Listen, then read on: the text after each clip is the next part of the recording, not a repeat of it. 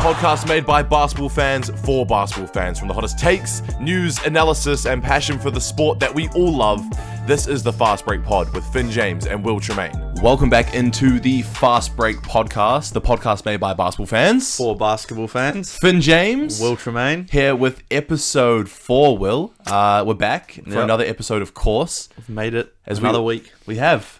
Somehow, we're still here. We're doing well. Last 24 hours, Will, Sunday night. How's the weekend been? World of sport? Anything that's caught your eye? It's been a great weekend of sport, Finn. Just today, we had the UFC 306 held at the Sphere in Las Vegas. First of its kind. So that was super exciting to watch. We had Sean O'Malley, the Sugar Show, defending his bantamweight title against Merab. I'm not even going to pronounce his last name. Yeah, I don't know how to say it either. But Valjvili. Good effort. That was a good effort. Valjvili. Yeah. Georgian guy. Shorter guy, but he has that wrestling approach as those people from the Caucasus do. And he went out there and Sean looked good in moments, but essentially Merab just grabbed a hold of him, took him down, and got a unanimous decision win. So claimed a second belt for the Georgians now after Ilia Topuria unfortunately did that to our boy Volk. But yeah, it was a great show. Great to see that the Sphere is hosting events like that. Yeah, what did it? I didn't watch the card. What did it look like? Because obviously the Sphere was built maybe like a year ago, and they've hosted some crazy events. First ever sporting event at the Sphere.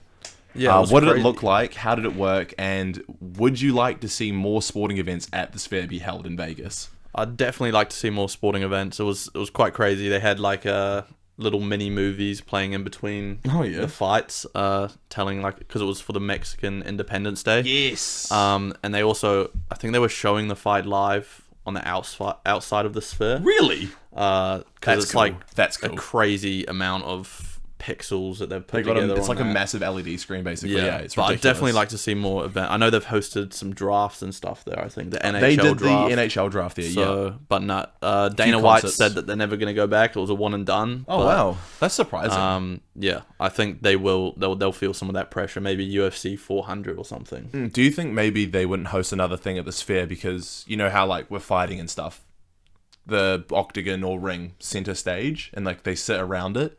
Whereas in the Sphere, they only have the seating looking at it like a theater. Yeah. Do you think that would probably be dictating why maybe they deciding not to have another another UFC event there? It did look a little weird. They had a small section on the other side, probably the VIP section. Yeah. Looked a little bit funky, but I don't think that will stop them. I think there's going to be it wasn't the greatest card. They could have put a lot better fights on there, if I'm being honest. It was quite weak, but I think we'll see them returning to the Sphere in the future. Yeah. And also, just before we go off the topic of MMA, I want to give a special shout out to Kiwi boy, Navajo Sterling. He got his Dana White's Contender Series. He fought on there on Tuesday or Wednesday our time. It was during the week. And he got a brutal knockout in the second round to earn himself his UFC contract right in front of the boss, Dana White. So another Kiwi in the UFC. Love to see it. We're leading the way in the MMA scene, Finn. Isn't there another Kiwi fighting in the next Contender Series as well? Yeah, next week we got Aaron Toe. So looking to go back-to-back weeks. He's a bantamweight prospect. He's been dominating on the regional scene. So would you say he has a similar chance to make the UFC like Navajo did? Definitely. I think the betting lines are showing that he's a little bit of an underdog, but I would not count him out. Bet your house on it. He'll be in the UFC this time. Wow. Next week. That's cool. Yeah. Sweet. So, other news as well for Kiwi sports fans last week. We briefly covered the All Whites 3-0 loss against Mexico. Their second friendly was against Team USA during the week as well. A 1-1 draw. No one really saw that coming. 16th team in the world, Team USA. Ben Wayne, the Wayne train, scored an 88th minute equalizer with a rebound off his head, which was quite funny. So shout out the All Whites. Big win against a top 16 team in the world. Undeserved draw. Sorry, not a win. They drew. Undeserved draw. It's a win for us. It's a win for us. It's an undeserved draw, but it happened, and that's football for you. So yeah, that's all that we have in terms of international news. But obviously now that the Blitz is over, Was a little bit of news going on, of course, before we obviously get into the Breakers breakdown, which was the obvious reason of this podcast. But the NBL Blitz finally over. Will, were you a fan of the Blitz? Would you keep it going? I want your opinion. I loved it. So entertaining. Short little tournament hosted in was it Gold Coast? Gold Coast. Gold Coast. It's just an entertaining way to start off the season, I think, and I'd love to see them spreading it around to different cities. Hopefully, Auckland in the future. I would go to a lot of games too. Very entertaining. It's just good to see each team run out multiple different lineups and get a little bit of an early feel before the season starts up. What were your thoughts on it? I thought it was great. It's good every year. It's a really good teaser to what the season could hold. Obviously, it's pre-season, so some teams care. Some teams are testing out lineups. Players do get rested, but yeah, it's a good way to showcase everyone. A crap load of NBA scouts go to watch these younger players put on a show as well, which was great. And in terms of winning, the Brisbane Bullets did win the Blitz. 3 from 3 wins, 15.5 points, followed by Perth, who was second with 3 and 3 as well.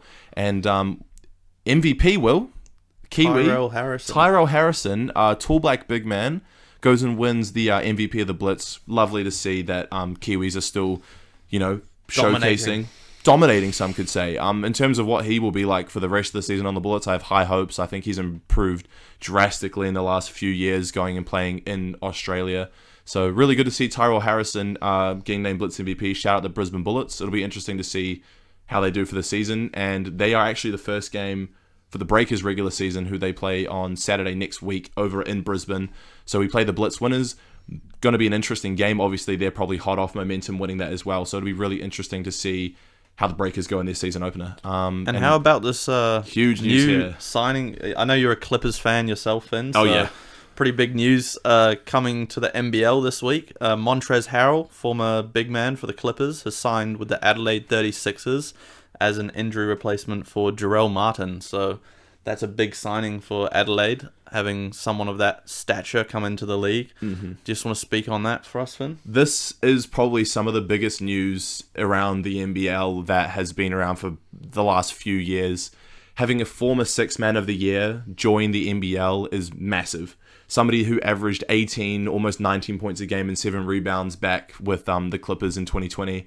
It was a player that I loved to watch, being a Clippers fan. That was around that time where we didn't have our big players yet. We were still trying to find our feet. Obviously, PG and Kawhi were there in 2020. We fell a bit short, but Montrez off the bench was unreal. Obviously, was that the year they had Lou Will as well, coming off the bench? I think he might have been in the Hawks. Oh, he might have still been there. This might be bubble season, so that might have been, So we didn't obviously win that year, but Harrell, 18 points a game, he was massive that year. That was 4 years ago. Obviously, moved around a little bit, went over to Washington for a bit, played a bit there. Also was on Philly. That's where he ended up as well. And he went to the Lakers shortly after us, then to Washington, then to Philly, and Charlotte as well. He's a bit of a journeyman the last few years. Didn't really have the role he wanted on Philly. Then he had an ACL injury and didn't play at all the season just gone. And now he's heading to Aussie, which I think is huge. Just another massive profile name to add to the list of players that have decided to come over to Australia and absolutely pick up this league. And I think he is going to dominate. Will, I really do. What about you? Do you think he's going to be a good fit for Adelaide? Yeah, I think he's a perfect addition for Adelaide, especially. One thing that was noticeable in their game with us is they lack depth. So much. So having a guy like Harrell come in, obviously they're going to start him, I'd imagine. But that's just going to... Yeah. It's just going to push their depth, that little bit deeper. They're going to be a stronger team with him. And just having that veteran presence, someone from the NBA, he's going to do a lot for Adelaide, I think. And is he with them for the whole season? So he's only signed as an injury replacement for Jarrell Martin. So I think when Jarrell Martin comes back, there's a chance that he could probably get shipped off, because I think all the import spots would be taken up. So I'm not actually too sure. I saw somewhere that maybe if they can drop a player that he can somehow get signed for the whole season. I don't know all the rules. Some of the rules in the NBL can be confusing in terms of signing players. But obviously if Harrell dominates, I don't see why the Adelaide 36ers wouldn't try and keep him around, because chances are he's going to translate pretty well. 6'7", very physical, crazy athletic. He was a very bouncy man in the NBA, so he's probably going to translate to the NBL quite well. Defensively quite good too. So chances of him having an instant impact quite high. And if he does, I don't see why Adelaide wouldn't want to try and hopefully keep him around for, the rest of the season, depending on how he goes. Yeah, and I think one thing that worked against him a little bit in the NBA, not that he didn't dominate in that most sixth man of the year season, but he was quite undersized for a center. Yeah. And I feel as though in the NBL, obviously everyone's a little bit shorter. Mm-hmm. So I think that's just going to play a part for him, and he's going to be just as dominant as he was back on the Clippers. It'll be interesting to see if he tries and stretches the floor a little bit in the NBL. Like, obviously, in the NBA, he probably didn't shoot many threes, but I feel like as an import coming in, you kind of have to expand your game a little bit. So it'll be interesting to see if he tries and stretches the floor a little bit too. Who knows? He might have been working on that during the offseason when he's been injured. So it'll be interesting. I'm really looking forward to seeing him in the league. When Adelaide come over, might try and get down, might try snag a pick with my boy Montrez. I don't have a shirt or a jersey of him, but I was a huge fan of him back in that like grit and grind Clippers era. So really cool to see him come over. Adelaide are going to love him. And speaking of Adelaide, that was our first preseason game, Will. What did you think? 91-98 loss, a bit of a bounce back, I think, considering we lost to Perth in that first one. Yeah, I think it was definitely an improvement, only losing by 7 points, but it was a close game throughout. And there were a lot of players that kind of stepped up. Matt Mooney had a good game, probably his first good game of the season at that point. Yes. 21 points, 8 for 15 shooting, and 3 for 5 from 3. He was, he played very well. And PJC does his thing. Doing PJC things. So, definitely looked a lot better than that Perth game. He picked up an unfortunate finger injury at the end of that game, though, we'll see how that plays out. Did you see? It was literally like the last play of the game, and he got caught up in a bit of like a rebound scuffle, and all of a sudden he's hunched over, grabbing his finger and like running to the sideline, and you just see the breaker's doctor trying to put his finger back in place, and I was a bit worried because I had no idea how serious it could have been. I don't know what finger it was. But no reports came out that he would be missing any time, so that's a definite bright side. And he missed the next game, but he did miss the next game. It's all right. He'll bounce back. Yeah, he should do. Menenga, pretty impressive off the bench. Will, I know you have big raps for him. So what did you think of his game against Adelaide? Yeah, I think he's just consistently shown that he's played better than Freddie Gillespie throughout every preseason game. As tough as it is on Freddie, already into the Freddie Gillespie slander. No, we'll get to Freddie later in the Sydney game because he had a good game. But Menenga in this Adelaide game, 12 points, 4 for 6 from the field and perfect from the line. I think he's just proving that each game he's learning and he's getting better and better as the season goes on. Yeah. And he's very athletic as well. I know he had that crazy dunk in the Sydney game. And he had an and-one dunk in the Adelaide game too, on that little dish off from Anticevic in the zone. Yeah. That was really good to see as well. So, but just also the fact that like people are respecting him as a 3-point shooter now as well. Yeah, they're closing out. They're closing out on him, which is giving him the ability to drive down the lane. Yes. So he's becoming a dangerous threat from all 3 levels, and it's just good to see. Yeah, he's going to be a genuine scorer, I think, for our team, as well as like a decent defender. He looks good on the court. I'm really liking it. Maybe your little, prediction that he could somehow slot into the starting lineup. What was it? 5 games in, Will? By 5 games. I figured he'd be starting at center, and it's looking like it's with a good Gillespie's start. Suspension. We'll get into that. We'll get into that later on. We'll get into the Gillespie suspension later on. But yeah, Menenga, really impressive showing. Obviously, we've talked about Freddie Gillespie a lot on the pod because we haven't really been convinced about him yet. Against Adelaide, how did you think he went? Obviously, only 2 points, but I think he looked a little bit better defensively, and we obviously are looking for that depoy candidate with Freddie Gillespie. That's the whole reason he's here. Will, do you think he stepped up a little bit defensively? Is he finding himself? Defensively, it's looking like he's finding himself, and he's definitely getting better as games go on. So yeah, I think it's more so a factor of not getting in trouble with the fouls, silly fouls, and offensively, I don't want to see him as a go-to scorer. He doesn't need creating his own shot. He doesn't need to be that player. No, just set good hard screens, and the rest will work out for you. So I think what I want to see from Gillespie, like you said, just good defense. He just needs to be that role player on O, like you've said, Will. And I want him just to crash the boards as well. And I think he's still adjusting, but like we know, he doesn't really have a bag. But I just, like we've said in the past, Will, get him in the pick and roll, get him in the paint, 2 feet in the paint. I mean, he has all right touch around the rim.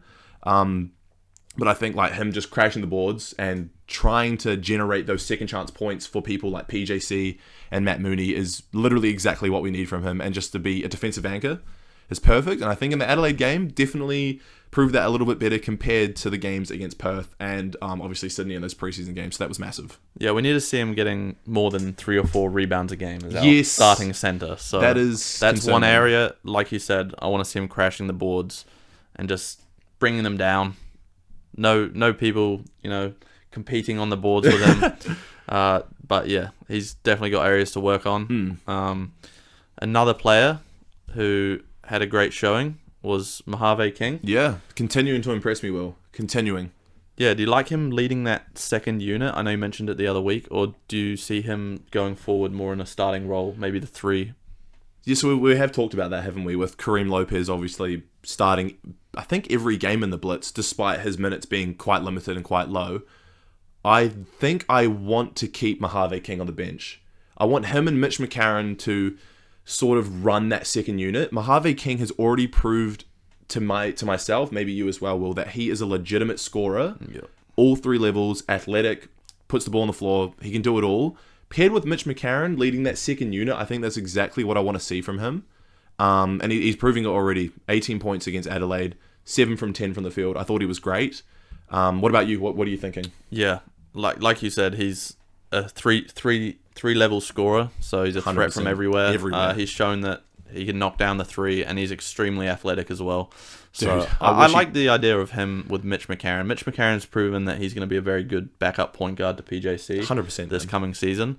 And I think just having that depth, I mean, you can link it back to how Montrezl Harrell and Lou Will kind of led the Clippers with their bench unit. So having a good bench unit is very important, and I think Mojave and Mitch McCarron, they can do that job for the Breakers. Yeah, and Mitch McCarron's also impressing me. Obviously the captain of the team. I've been watching and listening to the commentators, and obviously with Mitch McCarron on Adelaide last year, they said he looked a bit out of place. But what I've heard from commentators and NBL insiders this year is that he's a lot happier. He looks a lot happier and more of a genuine leader on the court with that second unit. And apparently he's looking like more himself, more of like a vintage Mitch McCarron. I'm thinking maybe his time in Taranaki this year, down with the Airs, convinced him that he likes New Zealand basketball, and he's stuck around. And from what I've been hearing from NBL insiders, he's happy and he looks more freer. He looks like he's controlling that offense, which you need in a second unit point guard. So I'm really happy that him and Mojave King will probably be leading that bench unit and getting the much needed points when PJC and Matt Mooney are on the bench having a rest, which is huge. Yeah, and for Adelaide, the one player that really stood out for me was Kendrick Davis. Oh, dude. He scored 23 points, Bucky. 4 for 5 from 3. He was going at it with PJC quite a bit throughout that game. They were trading buckets in that fourth quarter, man. And he actually even, it's hard to do on a player like PJC, but he kind of crossed him up low-key. Oh, yeah. He got past him with that. PJC's actually a pretty good on-ball defender. Yeah, exactly. Very fast dude. Kendrick Davis was cooking, man. He was undrafted last year, was on the Warriors, played in their G League team, so he's still quite young. He's come over and, man, he looks good. Looks really, really good, but same thing with Adelaide. They're going to lack that depth for sure. A few other players that I stood out on Adelaide for me, Isaac Humphries, the big man. He had 20 points. We couldn't stop him, Will. With Freddie Gillespie in the paint, he was just getting bucket after bucket, but we did sort him out in the end because he had a really good first half, and then he sort of slowed down. But then once he slowed down, Kendrick Davis picked up. And then, of course, their sharpshooter, Dejan Vasiljevic, started lighting us up too. So if we stopped at least one of them, then we probably would have won this game. But, moving on to the next, it was a good game. There was definite positives and improvements in the game against Adelaide from Perth. So it was already trending upwards despite the result. I think it was really good to see. And I guess we'll move on to the last game of the Blitz on Friday night against Sydney, Will. Despite another loss against the Sydney Kings, I personally think this was our best outing so far in the preseason. 100% agree with you. Despite PJC not being there, just the fact we could turn around from that first performance against Sydney where we lost by 40, and then the other game behind closed doors, which was basically 40 again. The same, to only lose to them by 11, that's a win for the Breakers. And I agree. We were we only kind of lost it down the line again in that fourth quarter. So we know the areas we need to work out. But for most of that game, we were sticking with Sydney, who are widely regarded as the favourites to win it all this year. Mm-hmm. And Gillespie, let's get to him for a second, had his best game of the season, pre-season. Freddie, we've been slandering you the whole time since episode 1. But I promise you now, mate, this game against Sydney has changed my opinion on you because you had an outstanding game, my friend. Apart from the last little play. We'll get into that. But yeah, 2 steals. 3 blocks. Really proving... That's what you want to see from your depoy. That's exactly what you want to see. So that's impressive. And offensively as well. 13 points. 4 for 7 from the field. Perfect from the line. Yeah, I did not see that coming from the big man. That is exactly what you need from your big man. Because obviously when they're pulling down those O boards or getting those little pocket passes in, people are going to be fouling. And that's exactly what you want to see from your big man, scoring perfect from the line. It's incredible. And I think... he had a really good... This is a massive bounce back game for Gillespie. He looks, like you said, great defensively. And one thing I've noticed on the Breakers, their defense is interesting. But Terry Copen, and obviously his defensive game plan is new to the Breakers. They do a thing where they hard show on the screens. And Freddie Gillespie looks excellent in that. So those really good scorers coming off the on balls, Gillespie's pushing them, getting his body in front and pushing them back and getting back really good. And that's exactly what I want to see from Gillespie. So defensively... he's already starting to impress me. But obviously, Will, silly decision with about 30 seconds left. That was quite a brutal headbutt, you know? Oh. Looked like the sort of thing you do in the UFC octagon. But, yeah, he drew blood, so definitely didn't look good live watching it. And he's been hit with a 2-game suspension, so... I am honestly convinced that could have been way more than 2 games. Yeah. Like, bro went up to Sean Bruce... Everyone knows, if you've watched the NBL for a long time, Sean Bruce is a veteran. He pisses people off. So, you know, Freddie being new to the league probably got under his skin a little bit and just gave him a little knock, drew blood. So I'm surprised only a 2-game suspension. I honestly could have seen this going up to 5. Yeah, it was, I think, lucky that we got away with a 2-game suspension for Freddie there. But definitely not good going into the first game of the actual season. Yeah, especially since we're playing the Blitz champions, Brisbane, without Freddie. It's going to be interesting to see what his... like, the lack of Freddie Gillespie, to see what his impact truly is with him actually not playing at all. It'll be interesting to see how good our paint defense is without Freddie Gillespie in that first game against Brisbane. Yeah, and it'll be a good showing for Sam Menenga. I'd imagine he'd be starting. He'd get injected. So sure. He'll be definitely getting more minutes than he will throughout the rest of the season. So it'll be interesting to see how he uses that opportunity. But Matt Mooney as well in this game. Once again. Off the back of his previous best game, he had yet another, his new best game. Oh, yeah. Preseason. 25 points this outing, 68% from the field. So he was cooking for us. Tough. Super filling tough. that void that PJC left as our go-to guy. What do you think of him? He was outstanding, Will, honestly. It really goes to his experience, definitely showed in this game. Somebody who was basically running, he was playing at his own pace. Not a super quick guy, but taller. Coming off on balls and getting to his spots. Shot well from 3. Shot good in the mid. He was getting to the hoop, creating as well. He was excellent. And that's exactly what you want to see from your potential second or first option. If Matt Mooney can produce numbers like this every game during the regular season, obviously you can't be that efficient every game. But he looked good. Obviously that game against Perth must have been a blip, because those last 2 games that we've had this week, he looked so much more comfortable. He must have still been adjusting.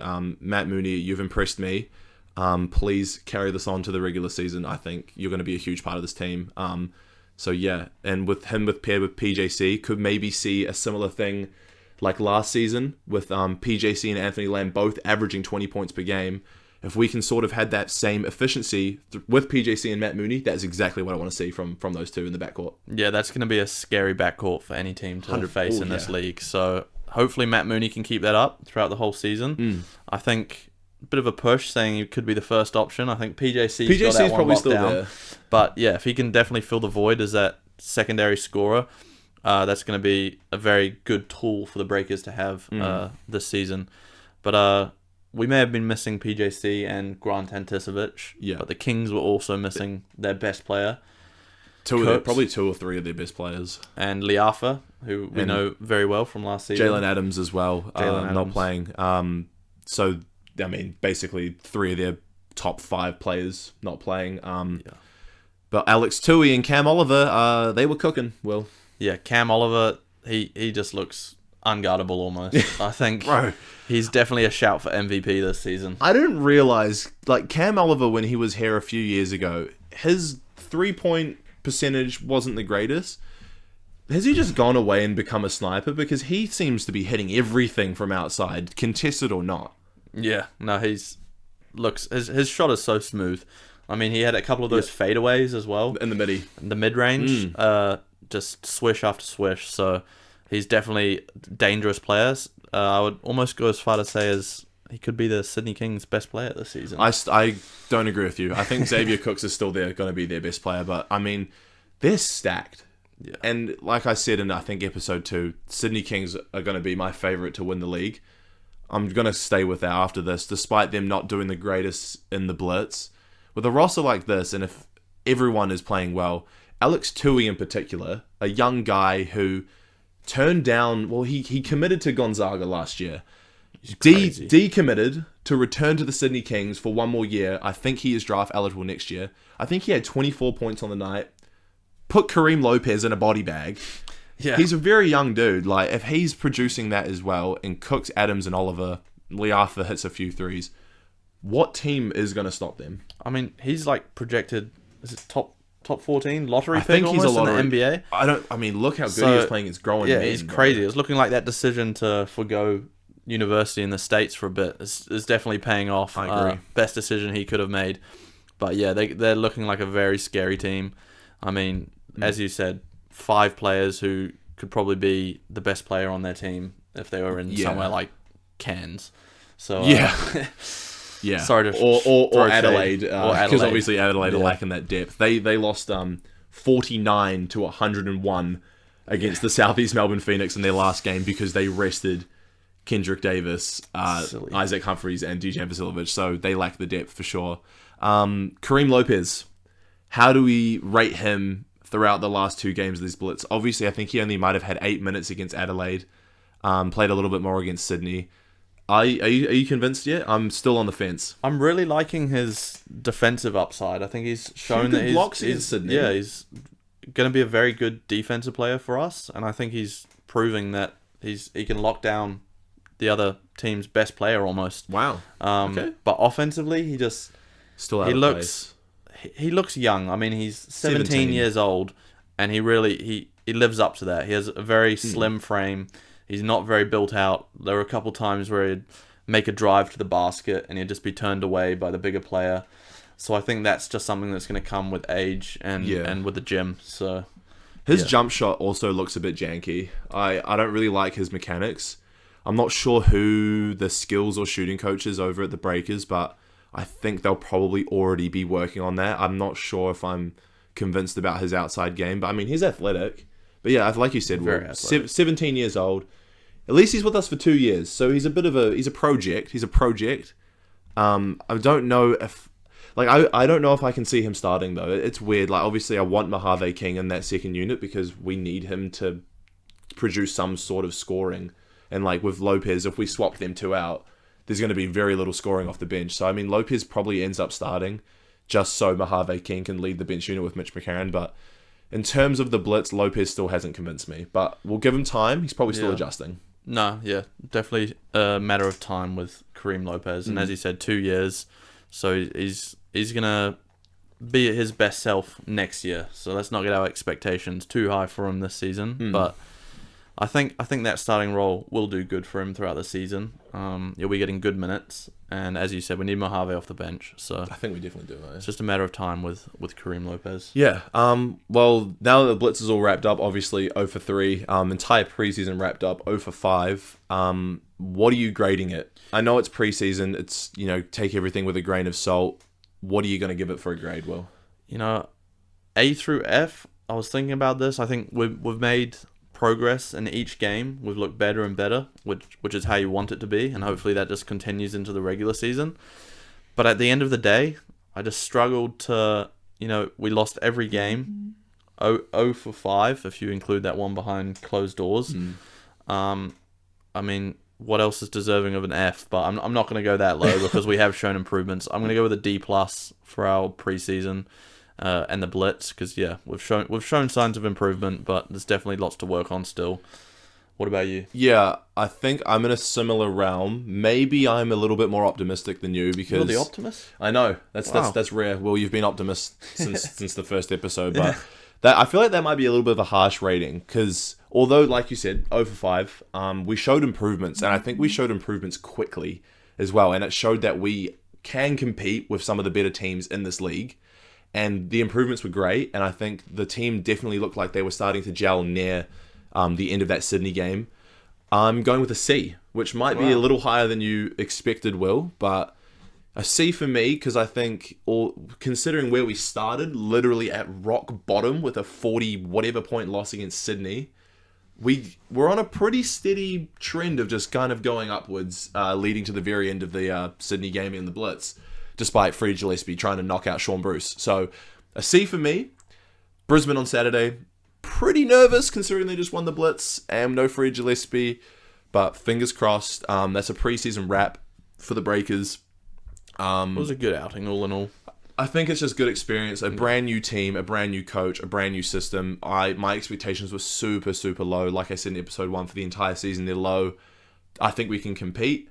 I think that it was a bit of an experiment for 5 games, and I wouldn't say it failed, but I feel like showed improvements, and I'm happy, but obviously no wins, so that's why I'm at a C. I mean, this is where it really starts to count now, going into the regular season. Yeah, so we've got to sort our crap out. This is where it's going to matter, and if we can just keep showing those improvements as the season go on, then that's going to be a very telling sign. Yeah, how the season's going to play out. And obviously we'll have a full game breakdown of their first game in Brisbane in episode 5.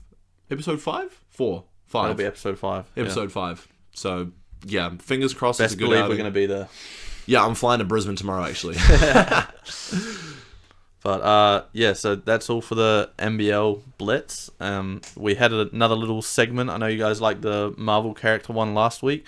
This week we're going to give... Hold on, before we go into that, thank you for all voting. I definitely picked the better team according to our votes.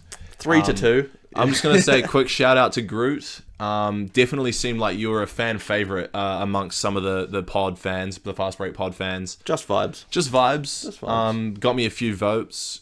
I saw somebody in the comments saying that Groot could potentially be a young Giannis. So there you go. I could see that. Yeah, so a Groot for vibes, young Giannis Antetokounmpo. So that was my Marvel starting 5, taking the dub. Will, what do we got for this week? Bit of a different one? This week, we're going to start a new segment. We're going to, each week for the next 5 weeks, we're going to do a different position in the NBA.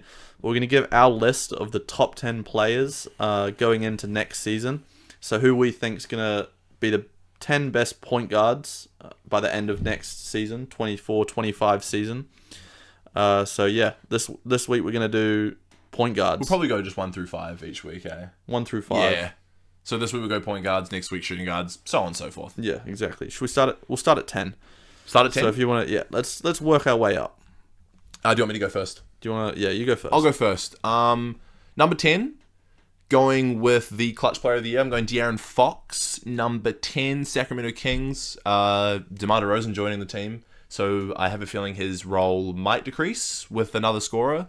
But I still think he had a great season last season. I think he should probably continue. I'm going to have him at 10. Yeah. Pretty simple. Fastest player in the league. Got to have him in that list. For my 10, I've gone with a player who's probably going to prove himself more in the playoffs, as he does most years. I've gone with Jamal Murray of the Denver Nuggets. Just got a bag. You know, he tends to have a quiet regular season. Well, he's still the number 2 option on one of the best teams in the league, but he really picks it up in the playoffs. So I'm just going to show him some love for his playoff performances. Yeah, Jamal Murray is my 10. And he just got a bag. Yeah. At $204 million. I think it's well deserved, despite him not being an all-star. My number 9 pick, Tyrese Maxey for me, had a career year last year, obviously, with Joel Embiid being in and out of the season a little bit. He averaged 26 a game. How I think maybe with PG obviously going over, his role is going to decrease in terms of points per game, but I still think he was incredibly efficient and looked very confident, I think, with his work in the offseason. I definitely think he could slot in. Maybe his efficiency improves with less shots, maybe a bit more passing. I've got him at 9.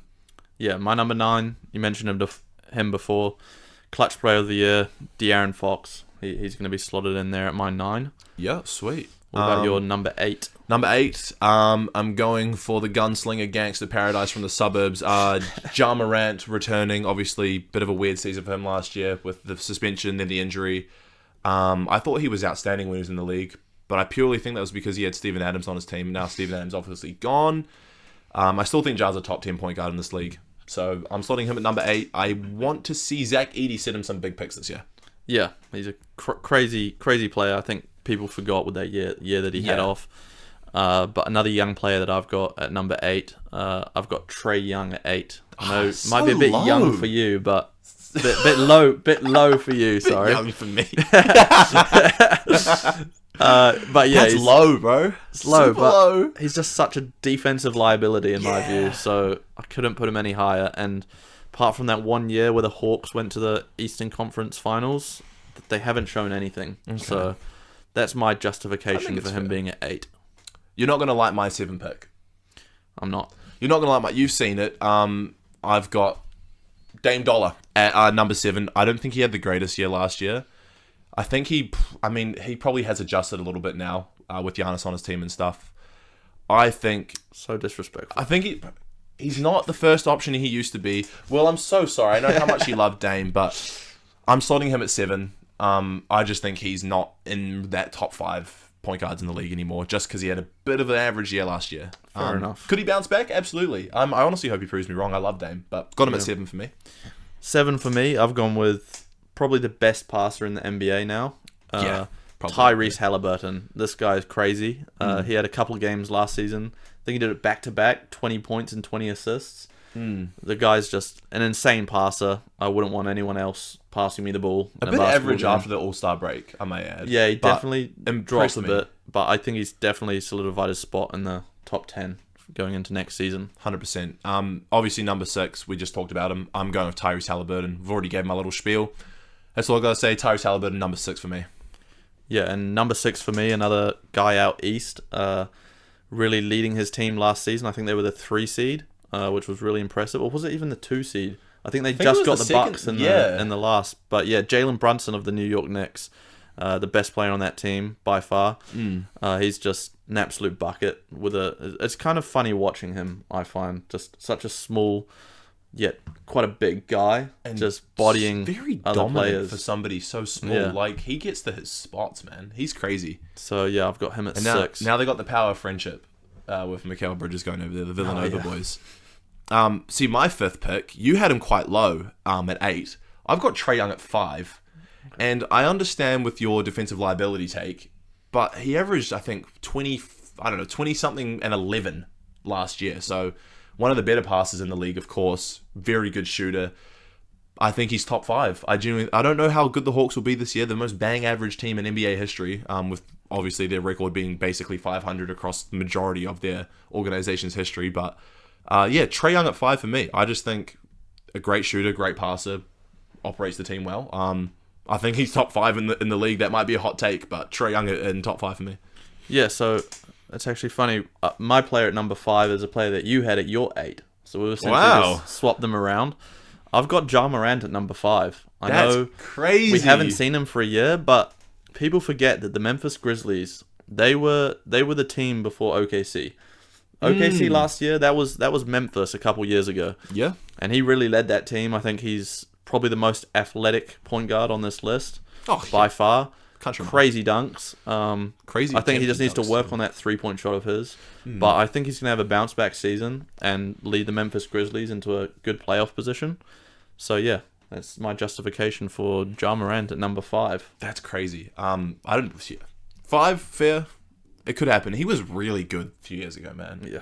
I think all the drama and stuff really messed him up, but that's okay. Number 4 for me, you had him a bit earlier. I've got Jalen Brunson at 4. I think he's just going to continue to flourish in New York. Now he's got literally the 4 boys from Villanova. I think he's going to continue to flourish. Potentially his Takes might go down with Mikhail joining, who was like obviously near the first option in Brooklyn, but I think Mikhail's going to sort of hold that role that he had in the Suns, more of a role player. So I think Jalen Brunson is still going to be really good. I think he's just going to continue to improve and lead the New York Knicks to potentially another top 3 seeded finish. So Jalen Brunson at number 4 for me. Yeah, my number 4. This is a biased pick. I'd love to put him higher, Biased pick. but I can only go so high. It's my guy, Dame Dollar, greatest deep 3 shooter of all time. I think he's going to have a bounce back year with the Milwaukee Bucks. I think he was just struggling to figure out how he works with Giannis last season, and his efficiency was definitely worse than in previous years. But people forget he averaged 32 a game his last season on Portland. So I definitely think he's going to have a bounce back year, averaging in the near 30s. So yeah, that's why I have Dame at 4. Got to show love to my guy. I just can't believe he's that high. That's borderline glazing. And a bias pick. I think it's valid. Yeah, People forget. We have the same top 3, Will, and We I do. think this isn't hot takes. I think the top 3 that we have is probably a unanimous decision. I feel like majority of NBA fans probably have this as their top 3 point guards. I think the diehards would have it in the same order as us as well. Yeah. But I think some casuals may have number 3, who we're about to mention, at number 1. Yeah, so Will and I have both put Steph Curry at number 3, which I think is a fair pick. Yeah. Yeah. I think, it was tough putting him ahead of Dame, but at the end of the day, he's kind of just better than Dame in every aspect of the game. They lost Klay Thompson this year, though, so I don't think the Warriors are going to be a good team. But you can never count them out with a player like Steph Curry, one of the greatest players of all time, the greatest point guards shooter of all time. Yeah. Not the greatest deep 3 shooter, but the greatest shooter of all time. I think we could see a potential 2022 Steph Curry this season. That's a hot take. Obviously we're going to be 3 years on from there by the end of next season, but Warriors. I don't think the Warriors will win a chip or anything like that. Good. But Curry was incredible in 2022 because the team was sort of worse. I think that we could see a similar Curry from 2022 this season. Yeah, and at number 2, we've also both gone with the same player.